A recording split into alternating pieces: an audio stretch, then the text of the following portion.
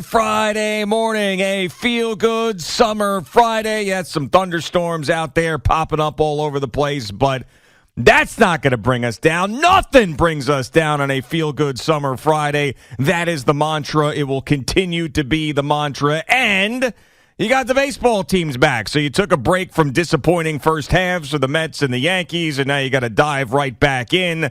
Mets have a huge task in front of them to be able to grab one of those wild cards. And, of course, the Yankees are right there. And if Aaron Judge comes back healthy, we expect them to get into the playoffs. And, of course, we inch closer and closer to the biggest story in New York sports, and that's the New York Jets. And Aaron Rodgers yesterday said that the NFL stuffed Hard Knocks right down their throats. And one of those Hard Knocks storylines that I thought we were going to see, like the Darrelle Revis deal, sort of evaporated yesterday because Joe Douglas is a very smart man. And he goes, you know what? I don't want to deal with this drama during Hard Knocks. I'm going to get this Quinnen Williams deal done right now. And he gets a massive contract extension. So good for him. Great player, great guy.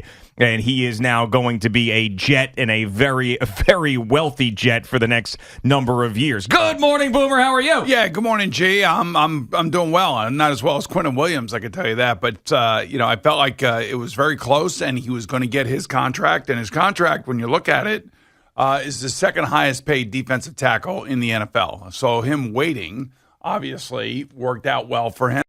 Got $66 million guaranteed. That's more guaranteed money than Aaron Donald got, but Aaron Donald only signed a 3-year contract, and he is making $31 million, and Quinnen's making about $24 million a year, which is still the second highest paid player at the position. So we go from a rookie who had no idea about traveling through airports and what was going on and how. Yes, that's right. Right. He's also a man who blessed himself after sneezing. We have heard that before. And the Jets' Instagram actually put that video out yesterday after he signed his contract, which I thought was great. After he got drafted, he sneezed and then blessed himself and then thanked himself. Right. So he goes, bless you, thank you. And remember, so this is a contract extension. So it goes along with his rookie contract, and it's great. It's really great to keep him, and his play spoke volumes last year. You talk about a prove-it year. He had it last year, much like Daniel Jones did.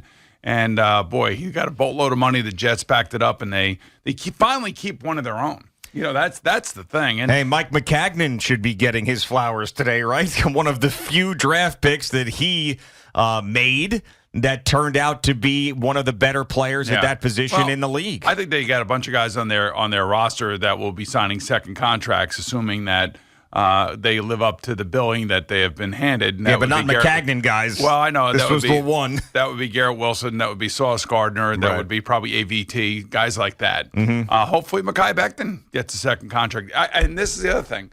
Like, if I'm Mekhi Becton, I'm sitting there going, holy crap, look what this guy got. Yep. If you're not motivated by, and Rob Saleh said this a lot, he is motivating his players by the amount of money that they can make. Yeah. All you got to do is look across the room and look at a guy that you probably face every day in practice and say, that guy got paid. And if you want to get paid, you got to be determined, you got to be dedicated, and you got to get your act together. It took Quinnen a little while to get his act together. Yeah, a little bit. When he finally got it together, it takes all of us, when we're young players to finally figure it out. But when they finally do figure it out, man, it's something special. And now the money is so big that should be the motivating factor. So hopefully Mekhi Becton is seeing this as well. Now, as far as this Hard Knocks thing is, the reason the Jets are on Hard Knocks, Aaron Rodgers, is because you're here. Well, he did say that. He also did say that. That's why you are here. And, you're not stupid. You know what's going on. You go on McAfee. You see how popular that show, that podcast turned out to be when you went on it. So, listen, man, you're a star. And this is a storyline. And if you're in the TV business, the movie business, the documentary business, whatever you want to call it, you want the best possible storyline that you can possibly have to show the audience. And you just so happen to want to come play for the Jets when you got out of your darkness retreat. You're going to be the guy. You are the face of the franchise and the NFL as we head into the NFL this season. And that's why you guys are on Hard Knocks. It's pretty easy. Yeah, and he did say that after he said they stuffed it down our throats. He did say, hey, there's a lot of eyes on us. There's a lot of expectations about me and the team and everything this year. So he understands it. I just hope that he doesn't avoid the cameras and, turns out to be someone who is just not wanting to participate in this. Like, if I were him, he wants to talk about psychedelics and some of the benefits of the psychedelic drugs for NFL players. If I were him, I would use this platform to just talk about that the whole time. Be like, listen, let's talk some psychedelics. Let's talk some ayahuasca. Let's talk about this. Just talk about it, because that would be great entertainment. I want to hear. I want to hear him talking to Garrett Wilson about how to, break down man coverage and how to double move guys. Well, I'm sure they'll have that on the practice field. I want to hear that stuff. I want to hear the football stuff. I don't want to hear him talking about, hey, Garrett, you want to try some mushrooms? I don't need to hear that. But what I'm saying is they sit some of these guys down one-on-one and talk to them, and they'll have them in the hotel or their houses. And that's when he should just be like, listen, I'm going to just talk straight psychedelics with you guys. That's what I'm going to do. Just use this platform for something. He's got a lot of issues that he wants to get out there. A lot of things. He's got to use his platform to get the word out. So just use it like that. Hey, they got to get over it, though. I'll tell you this one. They need to just understand that this is happening and make the best of it. And I bet you there's some players on the team. I bet you guys like Sauce Gardner and Garrett Wilson love this. 100% they do. I mean, it's just Rob Saleh and Aaron Rodgers and some of the veterans that are like, come on. Yeah, but I also think that they have to do it. They have to say, we don't want it. We don't want the distraction. They have to say it. At the end of the day, after 3 or 4 days, they're going to not even realize that the cameras are there. Yeah. It will be a thing the first couple of days, and then all of a sudden, they go about their business. HBO does a great job of staying out of the way. I think they do this with NFL Films, and nobody does it better than NFL Films does. I mean, they mic'd us up when we played way back when, in the dark ages. Right. And they were in our face with those cameras, but, it didn't seem to bother us. As a matter of fact, so you're Aaron Rodgers, and you're in New York. You're in the media capital of the world. This is your oyster. This is your platform. This is your grandiose stage to say whatever you want, do whatever you want, act any way you want on the practice field, and everybody's going to get a glimpse of just how you go about your business. Right, which is something that we really haven't seen behind the scenes with Aaron Rodgers like this ever before. We've seen Peyton Manning, we've seen Tom Brady, we've seen Patrick Mahomes, we've seen them all. Well, but yes, Brady behind the scenes, he did a whole thing. He did a whole documentary on himself. Peyton Manning behind the scenes, not so much. Aaron Rodgers, I haven't seen behind the scenes all that much, and now Mahomes we're seeing with this quarterback documentary. But a lot of these great ones you don't get the access to. Like Tom Brady allowed it to happen because he wanted a documentary about himself. But Peyton Manning, he never had a hard knock situation, or we never had a documentary with him doing all his crazy preparation. We've never seen that. Well, I don't know. I remember seeing tons and tons of NFL footage, NFL Films footage, because I was working at Inside the NFL. Yeah. So we get all that footage. Well, him during the games. Yeah, and we would play. But not training camp or him in the training room or walking around and all that stuff. I kind of remember some of that stuff. Okay. Seeing him run practices in Indianapolis and then again in Denver and the whole Omaha thing. Right. Yeah, of course. I need your concentration. Let's take our focus off that Jumbotron and get back on the field. It's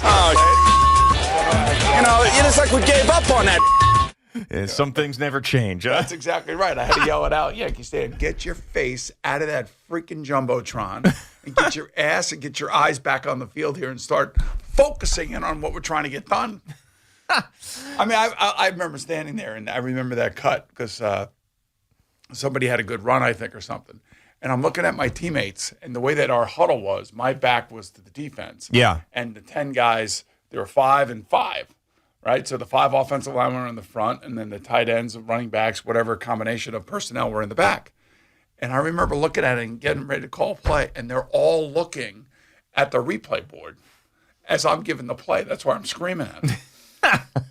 Well, you see all these guys now. Yes. And it's not only replays, but also the live stuff, because they'll put the live game up on the board. So if a wide receiver catches a pass and has a step on a DB, he'll look up to see how close the guy is behind him, and that's actually using it to the advantage. But your guys were just not focused, so you got to snap it back. They were all looking up and, look at me, look at the play I made. I said, that's one play. I need about 10 more plays. Yeah. Let's get in a goddamn end zone. You know what I'm saying? Yes, I do know what you're saying. And being around you for all these years, I know that voice. I know that intensity. And in all sorts of facets of your life. By the way, speaking of the Jets and things that they do behind the scenes, did you happen to see the tweet yesterday about what Rob Saleh was doing during the afternoon?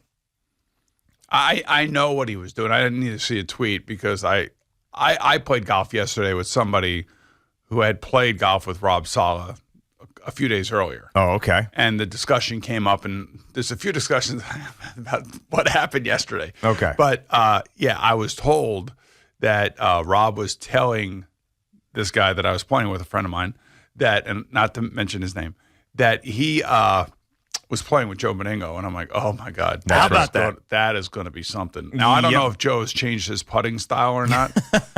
I mean, but it is the most bizarre thing that I had ever seen on the golf club. I would love to hear what Rob Saleh thinks of Joe's putting style. Yeah, well, I'd love to know if Rob Saleh finished 18. You know, I mean, this guy loves golf more than anybody. He does. But I like with Joe in his ear.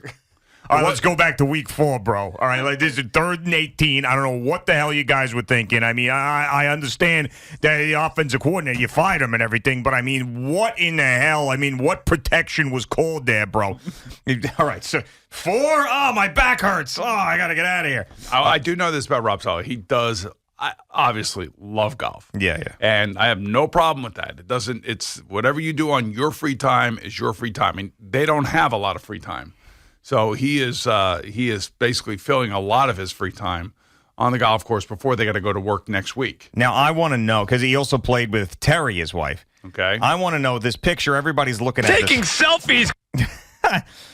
Everybody's looking at his socks in the picture. Whose socks?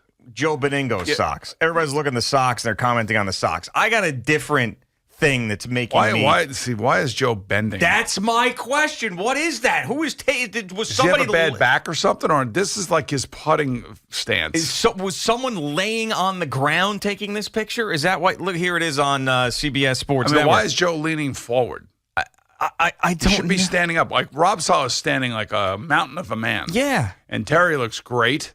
I mean, then Joe looks like an old man bent over. Like, what the... Why is he doing that? What is that? I mean, it feels like he was like trying to get closer to the camera because the person that was taking it was like 3 feet tall or something. Yeah, I don't mind the socks. Socks are fine. That's his thing, I guess. Yeah. But, I mean, he looks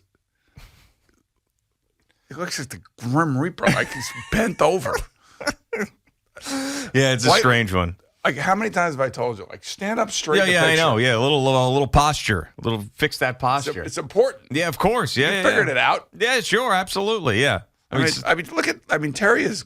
Man, she looks great. Terry looks great. The wonderful Terry. Yeah, Terry. You know, it looks like Rob and Terry are together, and then Joe's just like a guy they throw in there. like, what the hell is that? I know. Maybe Rob took her home. Maybe that was.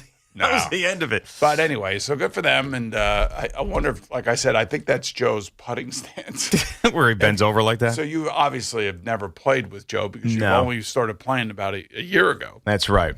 I almost did. I had a date on the calendar with Joe and the great Brian Rascona, but it got rained out. Okay, so I was looking forward to that. I've never seen anything like it. And now, I don't know if he's changed this or somebody got to him. This is probably years and years about and years 4 or ago. 5 years ago that I played with him. And he bent all the way down on the putter.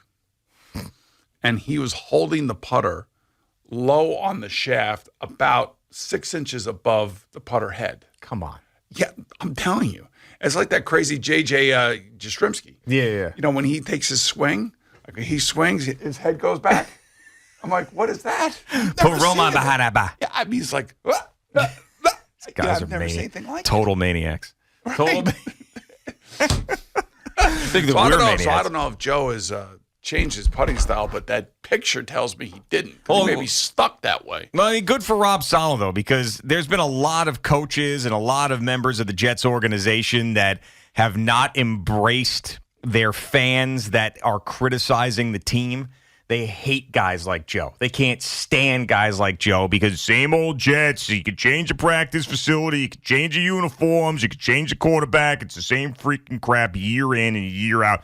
But Rob Sala's like, hey, listen, we want to get a championship for this guy. This guy seems like a good dude. I went on his podcast. I'm going to go and play golf with him. I give him credit for that. Better win. That's all that matters. At the end of the day, we all know it. You got to win. And, they got a Hall of Fame quarterback. They spent a lot of money. This owner spent a lot of money. If they aren't winning this year, he may be playing golf forever. I'm telling you, it's the way it is. And I, as much as I like Rob, and hopefully things work out well for him, and he makes the right decisions on Sundays, and we'll discuss them here on Mondays or Fridays or Saturdays or Sunday nights, whenever the hell they're playing. I know. I mean, this is going to be the test. The last 2 years they've been building. They thought that they had the quarterback in the draft. They didn't find that guy, and now all of a sudden, Woody has pushed all the chips to the middle of the table. So Woody has major expectation, and so do the fans, by the way, and they should. Yeah, as great as it is to get Aaron Rodgers and have the offseason that they had, this is when now the pressure is firmly on the shoulders of the coaching staff, and of course the players too. But it's same with the Mets. I mean, when you have that highest payroll in baseball and you're not the team that is being frugal any longer, and you got the richest owner and all these expectations, and then you fail in the way that they have failed, I mean, it's a disaster. Well, but the thing is like with the Mets, like Scherzer's been okay, but you don't pay $43 million for okay. You know what I mean? Right, you got to pay $43 million for greatness. That's why you're paying that money, and that's why the Jets have got to get this contract straightened out with Aaron Rodgers too, by the way. Yeah. That still has to come. Yeah. And I'm sure they're working diligently on that, and we'll get that figured out, and then they'll figure out what they have left, if they have anything left, to even get in on the Dalvin Cook sweepstakes. But they're not going to get into a bidding war. I believe the Jets think that Dalvin Cook's agent and him are trying to hook the Jets into like a bidding war with the Dolphins, but he wants to play for the Dolphins. He's just trying to get the money up. Yep. And like I told you, he's got a $7 million offer from Minnesota to return. Yeah, but doesn't sound like he's taking that. He didn't want it. He wants to go to Miami.